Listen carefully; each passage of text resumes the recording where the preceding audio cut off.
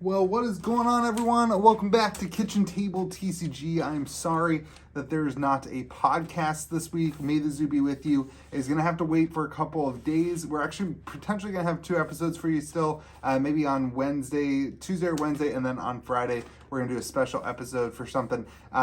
We've been slammed. George and I have both been slammed with family stuff, with life stuff, with shop stuff. Both of us hired employees this week. There's been a lot of stuff going on, so we just couldn't get together for stuff. But I thought I would sit down and talk to you guys. We are in Cavdane's Market, where I have my local game store, cavdanesmarket.com, if you're looking to pick up some stuff. But I usually don't film from here because it's usually very loud. We have 2 AC units that kind of are going all the time, so it's hard to film in here. But it's 2 a.m. and it's Thursday night, Friday morning, 2 a.m. And I got to get a video out to you guys today. So I thought we could do a quick market update. It won't be very quick. We're going to talk about 8 games today. We're going to go down the list, talk about Magic, Fab, Pokemon, Metazoo, Sorcery, Legions, Cryptic, and Genesis. Talk about kind of the games that are true to my heart, the games that I like. And we'll chat about it, kind of just do a market update where I see things going over the next couple of weeks. We haven't done one of these in about 6 months, so it'll be a little bit of an update. Hope you guys are having yourself a fantastic day. Thank you so much. We're at about 7,000 subscribers. Really cool. Really honored to take your ears and hear, get to talk to you guys. I'm very honored for that. We'll do a 7,000 subscriber stream or something like that whenever we get there. But all right, let's talk first about Magic the Gathering. I really think Magic the Gathering is the story of the year. Their release lineup this year, we've talked about it a lot, has just been phenomenal, has just been super good. And it's really putting a lot of pressure on all the other TCGs to really perform and compete. It is really putting that energy into the market. You had Kamigawa, that was amazing. So here's the deal. Commander Legends comes out this weekend, and a lot of people online are talking about this set like it's going to be a dud. And I think for the short term, that's probably going to be true. Time will tell what happens long term, especially if they hone in on the print run and that kind of thing. But I honestly think that this set is better than people are giving it credit for. The difference is that Double Masters is just a few weeks away, and Double Masters is the cake. It's the everything we wanted this year from Magic. It's going to be expensive, blah, blah, blah, I get that. But the set itself is just Magic written all over it. And so I think a lot of the money is going towards that, and a lot of the energy is going towards that. But don't get distracted by these 2 things. Obviously, Commander Legends is going to be what it is. But Double Masters, I would certainly put money into. I would certainly be involved in that. Look at the previous Double Masters. It did not fail. It was amazingly successful. I myself didn't invest in any sealed boxes of Double Masters. That was one of the very few sets that I skipped out on while I was so wrapped up in Flesh and Blood right there at the beginning of my experience in Flesh and Blood. But I am personally not sleeping on Double Masters 2. But here's what I want to focus on, is that Magic this year has 2 more absolutely stunningly great products, seemingly, coming out. And that is Dominaria, which is like obviously everybody, I want to say everybody. Everybody loves Dominaria. Like everybody loves Dominaria. Everyone's excited to go back to Dominaria. And then Brothers War, which is what I think is going to be the set that is the next Kamigawa. I think Dominaria is going to be good. I see Dominaria kind of like a Ravnica set, kind of like it's going to be good. It's going to kind of be one of those sturdy, it's not going to skyrocket, but it's just going to kind of be there and be exciting and be there for a long time. But Brothers War, I think, has the excitement, the hype, the artifacts. I think that set's going to be really good, and it's at the end of the year. It's really primed to be an amazing set. So I think Magic the Gathering is the TCG to beat right now in the market. You have to really compete with Magic in order to outsell it, outperform it, in order to compete with it, in order to get players away from Magic. You're going to have to really bring the cheese. So let's get into what needs to bring the cheese this year. I don't know, that's just a saying I came up with at 2 a.m., which is Flesh and Blood.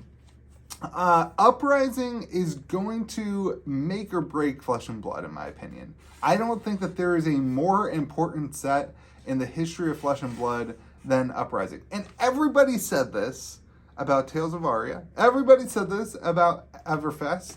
I'm not sure that I said that about either of them. I'm going to go ahead and say that this time I am saying that Uprising has to be a really good set. I'm not saying that Uprising has to come out at release at $200 a box. It's not going to do that. It's already at $80 a box almost everywhere. That doesn't matter to me. That's the free tendies crap that you shouldn't care about. You shouldn't care about that. What matters for Uprising is that the heroes are balanced, the gameplay is fun, specifically the sealed and limited formats are fun, and that the gameplay is balanced for CC, and that it doesn't add another hero that kind of overwhelms the meta. We've had every other set previously. You had Chain from Monarch. You had Tales of Aria came out. You had Briar, and now you've got we just previously had Bravo, Star of Show. Uprising can't come out with a complete overwhelming hero in the meta, in my opinion. It needs to come out very balanced. It needs to show the balance of the game. And I think that is what will be a success for Uprising. I have full faith in LSS that they will do it. They kind of talked about the issues with the other heroes being connected to COVID. So, here we go. Let's give them the benefit of the doubt, and let's see what they can produce with Uprising. I really think that is so important for Uprising. I am still firmly of belief that Flesh and Blood is the greatest TCG ever designed. The gameplay of Flesh and Blood is so tight, so fun, so good. It brings back those memories of playing Mortal Kombat. It's exciting. It's back and forth. Every card matters. I love it. But Uprising needs to be good. It needs to be balanced because as people got more and more competitive and I heard a story about Armory where somebody rolled in, there were 7 players, 6 of them played Starvo. And it just wasn't fun. And then people just started not coming back. And that game store fizzled with Fab because of the way that worked. And so that's something that can't happen again. The gameplay is amazing. It's the greatest game ever, but that can't happen again, in my opinion. Distribution has to be fixed a little bit too. And I think that will be solved because I think, like I said, the free tendies are over. I think that almost will solve itself right now. But the last thing that I believe Fab needs to do is increase their marketing. Really put some funds into creating some content, some hype videos, some lore videos. Reach out to some of the content creators in the community who are already doing those things and see if we can put together some stuff. But really work on the marketing, really work on getting the name out there again, and the new branding. A lot of people talked about Flesh and Blood used to be the game where everything was expensive. Well, now you can get the new box for $80. So now we need to market the game and really encourage new players coming to the table, and pre-releases are the perfect table for that. So I would love to see some marketing of the pre-releases, not relying on the stores to market the pre-releases, but actually the company marketing like a big game that I believe that Flesh and Blood should be and is. So I would love to see the marketing increase. But Uprising, I'm very excited for it. Dragons are really cool. The fire, the flame side, it's a really, really great product, I think. The only kind of the big key thing that matters to me is that the gameplay is tight and connected. And I think they're going to come out. I think Uprising is going to be the set that really hones in Flesh and Blood as a competing TCG in the industry. And then we're going to have some, the PvE stuff's going to come out. It's going to become more casual. I think it's going to be great. So, but Uprising is make or break. All right, Pokemon. You guys know me. Long term, as far as safety and low risk and good potential gains, my belief is that Pokemon is the safest play in the industry. Here's why. I'm talking vintage Pokemon. I'm not talking new age slabs. I'm not talking whatever. I think Pokemon is the youngest demographic. I have kids come into the store today. 2 kids just kept coming in and into the store. They come in, they buy a box, they go back home, they get some more cards to trade. They come in, they trade, look at the singles. It was amazing. People just come in, and the demographic of Pokemon is so diverse. I have a store and there's a bar right here, and occasionally I'll go over and have a drink, and there is a old lady. She's a grandma, and she was telling me that her grandson, she asked me what I did over here. She's saying her grandson talks about Pokemon all the time. So grandmas know about Pokemon. Grandsons know about Pokemon. And then the 25 to 35 year olds like me grew up and loved Pokemon. Pokemon is not done growing. And particularly, I think, on TCG Player, I saw a lot of singles. I do a lot of trade-ins on TCG Player. The modern singles are absolutely flying. And if those people who collect modern singles really get into it, and then they start looking more towards the vintage stuff, I'm just bullish on old cards. You know me. I think that there's still a market for that. But here's the thing: newer Pokemon Go is gonna bring in more and more people to this hobby, to the physical card side of the hobby. Pokemon Go being, the app, the game that you play, and now they have a new set that's coming out that is geared towards all the things from Pokemon Go is now in physical card form. So they brought people who didn't play cards into the atmosphere, into the ecosystem, and now they're producing cards specific to bring those people into the TCG side. I think it's going to be great. So I'm really bullish on product for Pokemon Go. Astral Radiance is kind of dealing with the same thing Commander Legends is going through, where there's a better set coming out with Pokemon Go, and in Magic's case, it's Double Masters. And so people are saving their money for those things, and I think that's what's going on with Astral Radiance. So Evolving Skies, if we don't see a reprint on that box, it's going to go insane. I'm guessing we see a reprint in a couple months. I'm just going to throw it out. I have nothing to back that up. I just think Evolving Skies, they've got to get one more wave in. It just wasn't out long enough, and it's too expensive of a box right now. And then we just saw Brilliant Stars reprint, though, but it didn't do anything. The market dipped like $10 for like 3 days, and now it's right back up to like $140, $150 a box. It's crazy. So Brilliant Stars, super pumping. Evolving Skies, be careful about buying right now, although if you don't have a box and you do collect Pokemon, I don't know, if they don't reprint it, it's going to go to the moon. But Pokemon long term, I think we still get more and more people coming in. I think that's the key to success. I'm not saying you're going to have free attendees. I'm not saying it's going to go to the Logan Paul prices. I'm just saying it's a low risk and still good potential gain as long as you're specifically targeting vintage slabbed cards or vintage cards that you can authenticate or in good condition, or sealed boxes. I would not get involved in like modern, unless you're like set collecting. I would not get involved in modern whatever. Metazoo. Whew. Amazing weekend last weekend, $250,000 tournament. There were 300 people, maybe between three, I can't remember the exact number, 300 people at the first tournament. I guess they sold out of the space that they had arranged for that.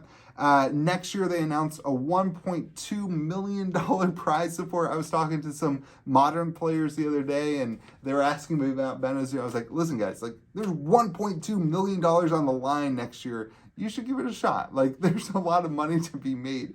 So there's amazing, everybody who got back to me about that event said there's a couple hang-ups. Obviously, the lines were really long. There's definitely some things that Metazoo needs to learn moving forward. But as a whole, from a 10,000-foot view, the event was really great, and that's a win. That being said, there were some things about the weekend that I think need worked on. A 3-hour line to check in, I don't think that's great. I think we can do better than that. I think Metazoo can do better than that. And I think they want to do better than that. I think Mike wants to do better than that. So I think, that kind of check-in process, but they can learn, they can grow, they can move forward to that. The other thing, there was some drama going on with some professional players. Actually, it was somebody from a Flesh and Blood scene. And they made the top, but then they got kicked. I don't know the whole story. I haven't talked to anybody about the whole story. We're going to continue to talk about that potentially on the podcast and as we divulge into these events and talk about more. But here's what I think Metazoo, in my opinion, runs into is sometimes they just kick themselves in the foot. That event was really good. From the 10,000-foot view, it was really good. But unfortunately, people are going to focus on these one or two little things that, in my opinion, could have been avoided and didn't need to really be done in the way that they were done. And we'll talk about more on the podcast. But if Metazoo can get through those hiccups, those things, and those dynamics, I think Metazoo is a great place. I think Metazoo's got a great product. I think the the gameplay looked a lot of fun. I was watching the stream. The stream was done really, really well. They they had camera movements. They had a physical camera that was showing not just the top-down camera that was also rotating when it was each person's turn. They had a physical camera that was showing the faces, and it was moving. It was a really, really well-produced event, and it brought a lot of people into watching and seeing. There was a lot. I don't remember exactly how many. There was a decent number of people, 400, 500, 600 people watching the event on Twitch. That was really cool. And then they had the fourth wall effects and the giant backgrounds, and it just looked like a fun event. And so I think if Metazoo can get over some of these PR things, these public relation things that don't, in my opinion, they don't need to be there. They could just not do those things and not have to deal with it. And so we'll get into that a little bit more. I don't want to get into it in a video, but at the end of the day, people love the zoo. People love Metazoo. People come in all the time and they look at the product and they hold the cards. They love the Mothman. I think there really is a market for Metazoo. I really believe that. There's a market for collecting. There's a market for playing, whether it be competitive or casual. There is a market, and I think if they can hone into that, that'll be good. I do think that the print runs need to be scaled back. I think 100,000 boxes for Wilderness was probably too many, especially with all the supplemental products. I wouldn't have said 100,000 was too many if there wasn't all the supplemental products that have come out recently. But we'll see what happens with UFO. I don't know if the print runs have changed or not. Maybe they scale back those supplemental products and some more of the community money can go into the booster boxes to help prop up that price above, I mean, it's so low right now for Wilderness. Boxes are so cheap. So anyway, that's those are the things. I really, again, I think there's a huge market for a game like Metazoo, and I'm excited for it. I think they've just got to get over a couple of those hang-ups. I think everything will be good. UFO looks like it's going to be a cool set. You guys know me. I love space. I'm really looking forward to collecting the space cards and hopping into that. Yeah. All right, let's get into the new TCGs. You guys know I have gotten like 4 boxes from new TCGs in the last 3 weeks. TCGs I've never covered on the channel. I have to figure out how much of that I want to keep doing because there are so many TCGs that I really love that I don't get to do videos of as much because I'm always covering the next one or covering the new one. And I feel like I owe that to you guys a little bit to cover new TCGs because I love that. I love learning new games. It's always been a passion of mine. Always been something I've loved to do is learn new games. But I don't love pushing a new game and sharing it with you and then not continuing to cover it. So I feel like I have to hone it in. So I'm going to hone this in on 4 new games: Sorcery, Legions, Cryptic, and Genesis. And probably these are going to be the 8 games on the channel that I really focus on. I know 8 games is too much. I'm trying to figure out what to do with the channel. I don't know. Let's talk about Sorcery. I feel like the hype for Sorcery has kind of died down a little bit. And this might be due to this, one set a year thing. They're in kind of a lull period where they've backed it. Now they're going through the backer kit. I was super excited when I was filling out the backer kit. I was like, oh my! I have a store pledge and I have a personal pledge. It's like, oh my gosh! Like I'm so excited for this game. I want to sit down and play. It made me want to sit down and play it again, and hop in and really keep learning and keep going. I hope that this one set a year thing can continue the hype. This was everybody's pushback, and I thought they can continue to do other things, and I don't think that it has to just be one set a year. I know that's the game plan now, but as it's continually successful, I think you may see them kind of increase that a little bit. They just announced the next set with it, which is like an Arthurian. You got the swords and King's Camelot and all that kind of stuff.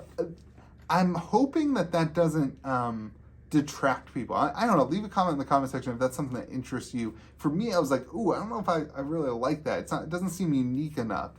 So we'll see what happens. I still think the gameplay of Sorcery is super fun. The artwork's absolutely amazing. I think there's a lot of people supporting the Kickstarter, but that shows that there's a lot of people interested in the game. It'll be really interesting to see how that goes. Legions, you guys know I absolutely love Legions. I still have Legions bundles on the website. I'm one of the very few content creators that is talking about Legions, that's excited about Legions, because I have met with them. I've played their game. I absolutely love it. I think it's super fun. It's super dynamic, super engaging. And they've got a small team. And this is what I think, if these small teams can continue to just kind of gradually grow, like Legions is not going to take over Magic the Gathering. That they should not be held to that standard. Not every game has to be held to like being the top 4, being the top 3. I think if some of these games, I think Legions is a perfect example, can just grow small, can just continue to move forward, add 2, 3, 4 new game stores every month, then they can really do some really cool things. And I hope that that's what Legions does. They have a new set coming out. The gameplay is really good. It's really fun. And they continue to engage with their community in a very, very meaningful way. And so I'm a big fan of that. If you give Legions a try, I promise you, you will like it. You will find joy in playing it. I think you can look at these games, these TCGs, like kind of like a board game where you can escape for a while. You can pick it up, learn it. There's a great deal on my website. You can pick up, learn it, and then bring it to your LGS and get them in contact with Legions if you want to try to get a game night going. They work really well with LGS. Anyway, I'm gonna get off the soapbox, but those things are really cool, and I'm excited about that for sure. Cryptic, again, same thing. Like, these games, they don't have to overtake Magic. They can become like a TCG board game culture. Like this is something that I really, really believe can happen. And Cryptic is doing an amazing job of this. Their Discord server is absolutely crazy. People are going nuts. I mean, riddle boxes, I've opened on the channel, selling for like $6,000 to $7,000. The test packs are crazy. People are on Whatnot going crazy about that stuff. I'm trying to complete a test set. It's nuts trying to get the cards. Tons of people are interested in it. But a lot of people are also playing games in the Discord server on TTS, and people are excited to play because the gameplay is so much fun. It's really cool. It plays a lot like Magic, but it solves a lot of the land issues. By every card kind of matters. You don't have the life. It's just great. And Tanner is the key here. Tanner is really, the guy's just really cool. He's at all the conventions, meeting people, handing out promo packs, really, really engaging with the community. I still think they're really cool. And here's the kicker for Cryptic. This is what, when I heard this is what got me excited. This is the kind of innovative stuff that he's doing things differently. Like most Kickstarters, you back it and you wait months, year before you actually get your stuff. Tanner's got the boxes. He's got the packs that are they're basically like pre-release kit type things. They're called booster decks, and he's sending those out early to the backers after like a month or two. I don't remember the exact time, and that's the kind of thing that really excites me because it gets the cards in people's hands really soon, and I think that's why the community is so excited about it. So when this stuff's delivered, it's going to be really interesting. I think Cryptic has, he sent out 250 LGS kits all around the country. He's got already working with PhD. He's already working with, is it PhD or is it, it might not be, it might be Southern Hobby Distribution.